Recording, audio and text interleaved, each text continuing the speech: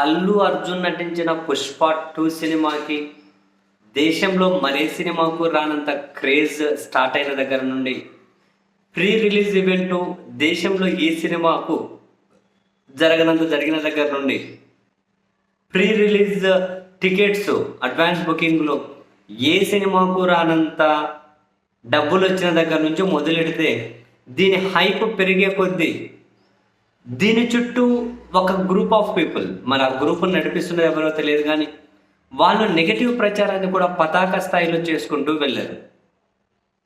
రకరకాలుగా థియేటర్లు దొరకలేదని, సినిమా బాగాలేదని, గంధపు చెక్కల స్మగ్లర్ను భరించే ఎలా సినిమా చూస్తారు, చూడొద్దండి అని, మీ పిల్లలకు చూపించొద్దండి అని, రేట్లు ఎక్కువ ఉన్నాయి అని, హీరో బాగాలేడు, రకరకాలుగా అంటే చాలా నెగటివ్ ప్రచారం చేసుకుంటూ వచ్చారు.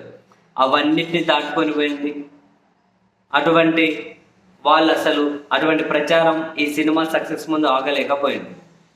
ఆ తర్వాత దురదృష్టవశాత్తు బాధాకరం, ఆర్టీసీ క్రాస్ రోడ్ హైదరాబాద్ సంధ్యా థియేటర్లో అల్లు అర్జున్ రావడం, తొక్కిసలాట జరగడం, ఒక ఆమె చనిపోవడం, ఇక్కడ నుండి ఈ సినిమా మీద కోపాన్ని మరికొందరు మరో రూపంలో చూపెడుతూ ఉన్నారు అని చెప్పి స్పష్టంగా కనిపిస్తూ ఉంది.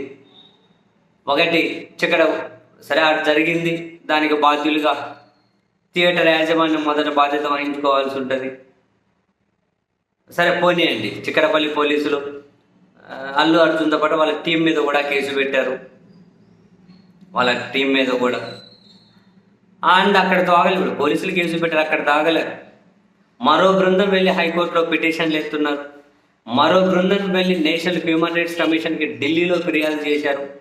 ఢిల్లీకి వెళ్ళి ఫిర్యాదు చేశారు నేషనల్ హ్యూమన్ రైట్స్ కమిషన్కి. ఆ తర్వాత కేంద్ర హోంశాఖ దగ్గరికి వెళ్ళబోతున్నారంటే ఇంకో బ్యాచ్. అంటే దీన్ని బేస్ చేసుకొని అల్లు అర్జున్కి ఎంత డ్యామేజ్ చేయాలో, లేకపోతే పుష్పకి ఎంత డ్యామేజ్ చేయాలో, ఈ పాజిటివ్ అభిప్రాయాన్ని పూర్తిగా నెగటివ్ చేయడం ద్వారా ఆయనకు వచ్చినటువంటి ఇమేజ్, ఆయనకు వచ్చినటువంటి హైప్ను దించేయచ్చు, లేకపోతే న్యూట్రలైజ్ చేయొచ్చు అని చెప్పి అటువంటి ప్రయత్నాల్లో భాగంగానే ఇటువంటివి చేసుకుంటూ వెళ్తూ ఉన్నారని చెప్పి అనిపిస్తుంది. మరి ఢిల్లీ వరకు వెళ్ళి హ్యూమన్ రైట్స్ కమిషన్కి ఫిర్యాదు చేసి, ఢిల్లీ వరకు వెళ్ళి మరి కొందరు కేంద్ర హోంశాఖ దగ్గరికి వెళ్ళే పరిస్థితి, మరి దీని వెనక ఎవరో ఉన్నారేమో అని చెప్పి అనిపిస్తుంది.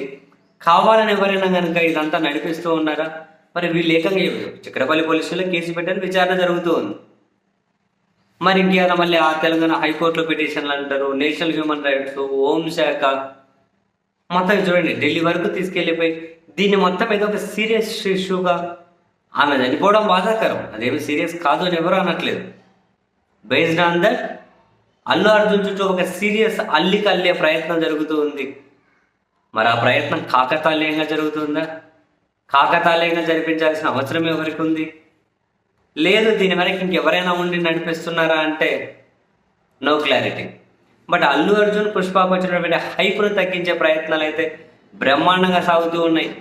అవి ఎవరికి వాళ్ళు ఇండివిజువల్గా ప్రయత్నాలు చేస్తున్నారా, లేకుంటే వెనకలు ఎవరైనా శక్తి ఉండే ప్రయత్నాలు చేస్తున్నారా అంటే నో ఐడియా.